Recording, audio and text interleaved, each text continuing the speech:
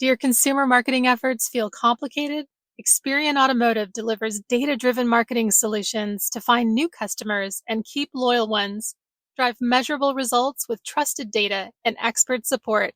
Learn more at experian.com/automotive. Welcome to Daily Drive for Monday, June 16th, 2025. I'm Hannah Lutz in Detroit, in for Jamie Butters, who's on assignment. And I'm Kellen Walker in Las Vegas. Today on the show, Renault's CEO resigns. Nippon is poised to close its deal to buy out U.S. Steel. And Ford's rare earth magnet supply is day-to-day after forcing a plant shutdown.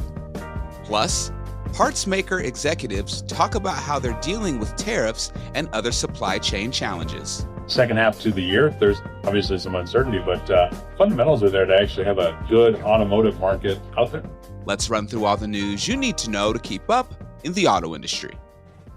Renault Group CEO Luca de Meo is stepping down on July 15th after 5 years. De Meo was the architect of a turnaround strategy that turned billions in losses into record automotive profits for the company. According to a French media report, De Meo will become the CEO of Kering, a French multinational corporation specializing in luxury goods. Neither Renault nor Kering immediately responded to requests for comment. Renault says its board of directors has started the process of appointing a new CEO. Nippon Steel has conditional U.S. approval for its $14 billion purchase of U.S. Steel. The deal could have significant impacts on the U.S. automotive supply chain, which stands to benefit from the Trump administration's new round of tariffs on imported steel. The company said in a release they've committed to a national security agreement proposed by the Trump administration, which earlier cleared the deal subject to those terms. As part of the $55 per share deal, the Japanese company will invest an additional $11 billion by 2028. That includes an initial commitment in a greenfield project that would be completed after 2028. Nippon will also spend an extra $3 billion after 2028 for a new steel mill, according to people familiar with the matter. That would push the total additional investment on top of the purchase price to $14 billion. Ford continues to struggle to obtain rare earth magnet supplies. The bottleneck has already forced a temporary shutdown of one of its factories. Ford CEO Jim Farley tells Bloomberg that the supply of magnets is day-to-day. We're educating the administration, we're educating the Chinese leadership about how important these jobs in the Midwest are that are dependent. We have had to shut down factories. It's hand to mouth right now. Ford idled its Explorer factory in Chicago for a week last month due to a shortage of rare earth materials. Farley says he's pleased with the progress he read about from trade talks between the U.S. and China recently, but he says he has yet to see an improvement in the flow of magnets. Ford has a new point person with the UAW. The union's International Executive Board elected Laura Dickerson to become vice president and director of the union's Ford department. She fills a vacancy left by longtime union leader Chuck Browning, who is set to retire at the end of the month. Dickerson currently serves as director of UAW Region 1A and will be the first African-American woman to serve as a UAW vice president. And former Canadian Auto Workers president Buzz Hargrove has died. That's according to a Sunday release from Unifor, which encompasses the former CAW. Hargrove was national president of the union from 1992 until his retirement in 2008, shortly before he reached the CAW's mandatory retirement age of 65. Unifor says Hargrove led negotiations with major employers, including General Motors, Ford, Chrysler, Air Canada, and CN Rail, securing gains that elevated standards across sectors. And those are today's headlines. So Hannah, Ford's rare earth magnet supply is day-to-day after forcing a plant shutdown. Why does Ford's supply of rare earth magnets remain uncertain?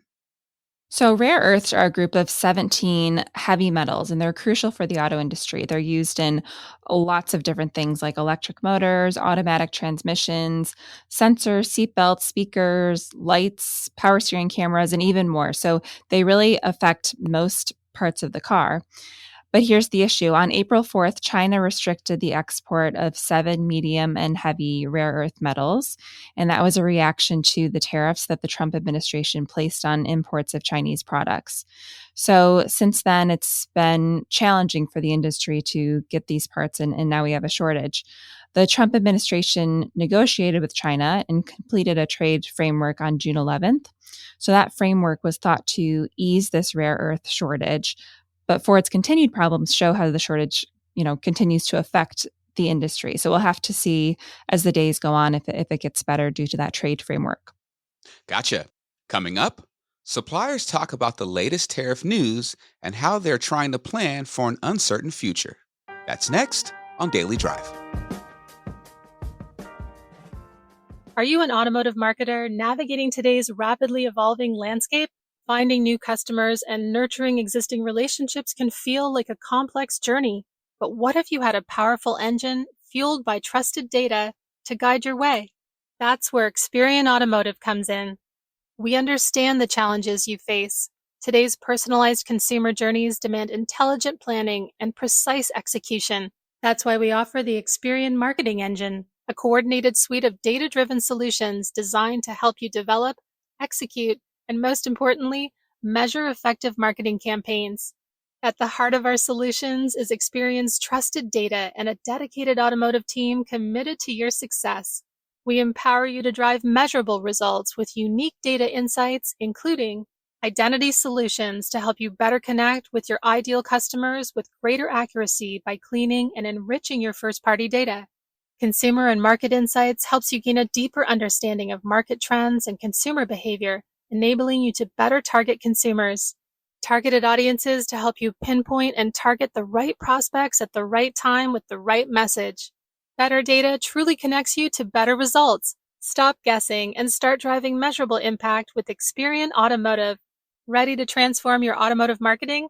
Visit Experian.com/automotive to learn how our data-driven solutions can help you find new customers, keep loyal ones, and navigate the road ahead with confidence. That's Experian.com/automotive.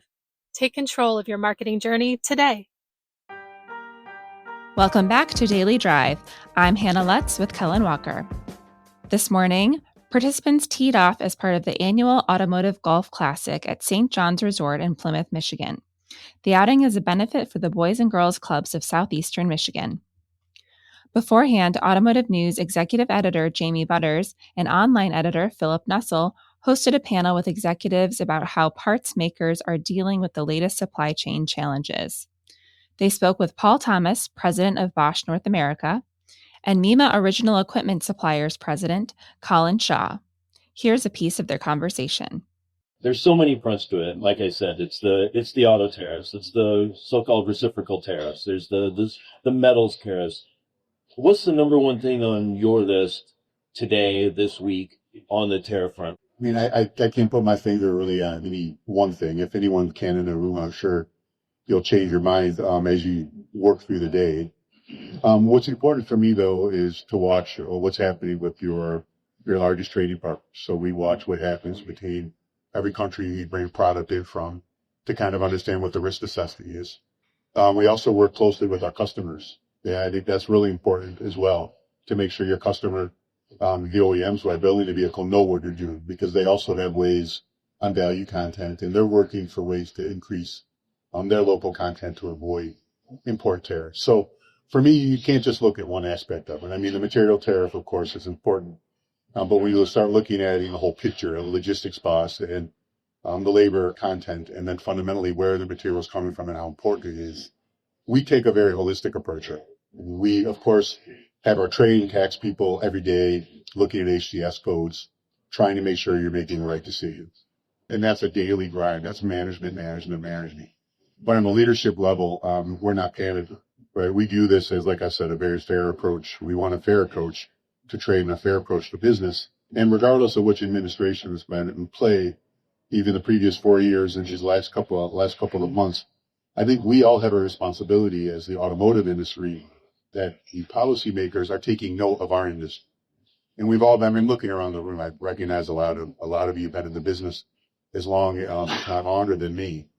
And we have to be accountable for this at this kind we have a chance to like be advocates for that. Managing tariffs is more than just managing the parts. You got to manage this. Great. Let me follow up a little on that before we come to the broader views. When you're addressing the day-to-day, like you said, the accounts are crunching, and now we hear, possibly auto tariffs going to 50% instead of 25%. In your business, is that more of a first-person problem or a second-person problem? Are you worried? Is it more about your suppliers getting things to you, or do you have to actually cross borders with your parts when you're supplying versus being on location or nearby? Yeah, I mean, again, I go back to my capital comment. I'm worried about people that can't afford what's happening during the ticks, right? If you're a solid, strong company with a good balance sheet and good cash, maybe you can handle a couple situations where tariffs go high and tariffs go low.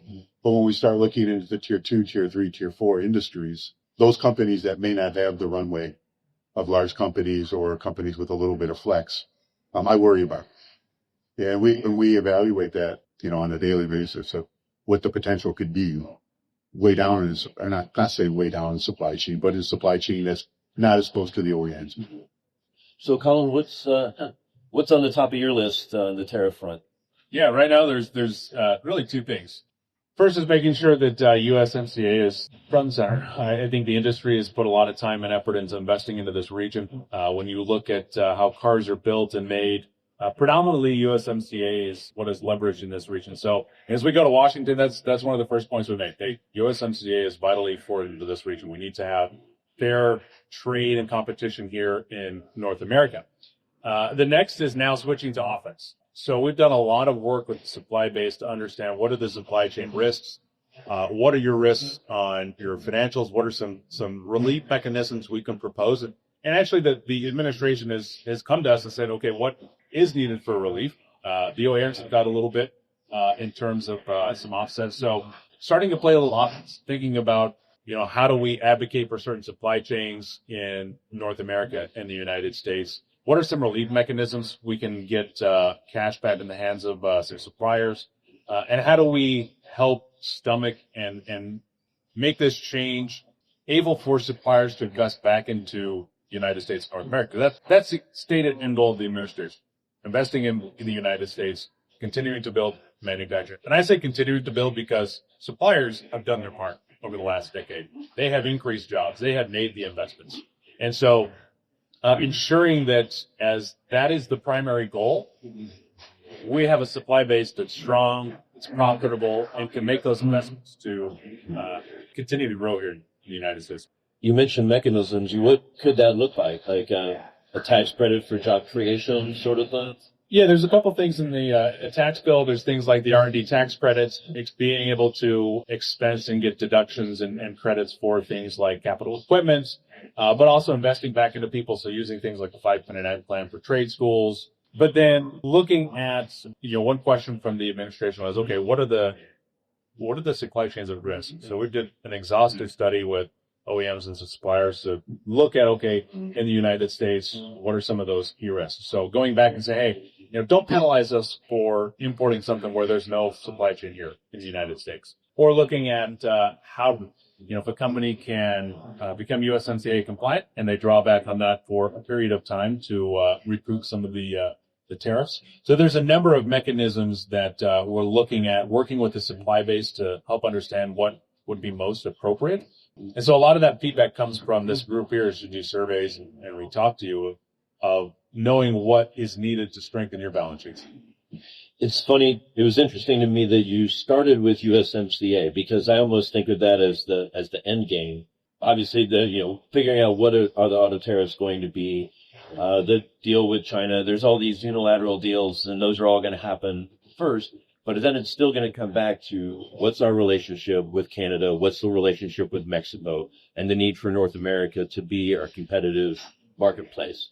How was that received? I mean, that's just something that technically is supposed to come up next year. When you guys are in Washington, you're like, hey, let's think about USMCA. What's the reception of that? Yeah, and the meeting we've had it's been positive. Everybody recognizes as we lay out the business case, the numbers, the investment, what's happened in North America. To have a competitive manufacturing base in North America allows us to be globally competitive, especially on the supplier side. suppliers are competing globally. They're competing with not just United States and North America OEMs, but they're competing for business in China. They're competing for business in Europe. And so if we're able to have a competitive manufacturing base in the United States and North America, it allows the supply base to be competitive globally. So that message has been positively received so far. We're working on things as they're looking at the USMCA agreement, trying to bring groups together to understand what may need to be some updates. Every agreement goes through change. And this one's only been in effect for 5 years. So it's still relatively young. And there's always things when you put an agreement in place, you want to go back and say, okay, let's look at it and make sure we can make it beneficial for everybody. But I think it's been that message has been quite positively received. That's important to hear because the political rhetoric has been variable. Sometimes it's very hostile toward Canada. Then we see the actual, like it was in the de-escalation right before all the rules got implemented. Mm-hmm. USMCA compliance became really important. Canada and Mexico went from looking like they were at a huge competitive disadvantage to maybe even being in a good spot. We've heard about Linamar and some others actually winning business because of USMCA in the short term. Interesting stuff. Paul, did you have a view on USMCA? I mean, the only thing you brought up semiconductors, and now we're talking about tariffs. The only advice I want, not maybe advice, but I think you gotta set your business up to be digital in nature, to know this stuff. At the press of a button, you guys as leaders of your organization should know exactly what your tariff situation is in the morning. And then you should be able to press another button at night and know exactly what's going on. And I think I don't believe tariffs, they've been around forever, right? Duties, tariffs, we've been dealing with. The magnitude and the ebbs and flows will come in, right? And we can't predict what's going to happen there. So predictability is out of the window, but you've got to have a strong system in place. So when you ask me, is it important to me? Yes. What was important to me is to have something in place, whether it's the automotive business I run. I'm also had power tools, I have home appliances, I have home comfort. You name the industry, I've got to watch it. And every morning, I have to have the data in mind. And data makes it easy for you to make good strategic decisions. Sorry, I may be on a little bit of a soapbox here, but I don't want to challenge the tariffs, and I don't know which direction the legislation is going to go. We hope that it goes fair, right? And we think that there will be some level of fairness that we find, whether it's a Monday to a Wednesday, but your system has to be adapted. We've got a related question from the audience here. This is a very good question. Are you seeing any signs that automakers will reduce production during the second half of the year because of all this uncertainty for other issues? I mean, me personally, if I did look at the EDI this morning. We just finished our current year forecast, and it was plus minus 0.6%. I think the industry in general, there'll be some automakers that will slow, there'll be some automakers that may increase production, but I think it'll be balanced. I don't see any signs of panic at our customers at the moment. There might be some production changes happening with model changes and or slowdowns of certain models. If you look at inventory levels, anyone in the group can predict that. But my current forecast actually showed the numbers showed all of you that the first half of the year wasn't so bad, and I'm not seeing any real slowdowns. The fundamentals in there to actually have a pretty good market. Age of vehicles is a little older, which means people need to start replacing things. There's some new models coming out to address some of the price point topics. So I think it could be a good second half to the year. There's obviously some uncertainty, but fundamentals are there to actually have a good automotive market out there. That's always based upon demand, right? So if the consumers are comfortable, they're in dealerships, they're buying cars. If the demand is there and the economy is supportive of it, I don't see lots of issues on production side. That was Paul Thomas, president of Bosch North America, and MEMA Original Equipment Suppliers president, Colin Shaw. They spoke with our own Jamie Butters and Philip Nussel at today's Automotive Golf Classic in Metro Detroit. That's Daily Drive for today. I'm Hannah Lutz, in for Jamie Butters. And I'm Kellen Walker. Thanks to Automotive News executive producer Jake Neer, as well as our own Mary Corey for her reporting for today's podcast. We also had reporting from Kurt Nagel and Peter Siegel of our sibling publications, Crane's Detroit Business and Automotive News Europe. You can get the latest news on supply chains, executive moves, and everything happening in the auto industry at autonews.com. Come back tomorrow for a conversation with New Industry VC co-founder Alex Roy about Tesla's plans to launch robotaxi service next week. Tesla is in a pickle because we know what a methodical, cautious deployment approach looks like. It's Waymo's. I don't think Tesla's anywhere near that. We'd love to hear from you. Let us know what you think of the show and the topics we covered today. Send us an email at dailydrive@autonews.com or leave us a voicemail at 313-444-2774. And if you enjoy the podcast, remember to like, leave a review, and subscribe so you never miss an episode.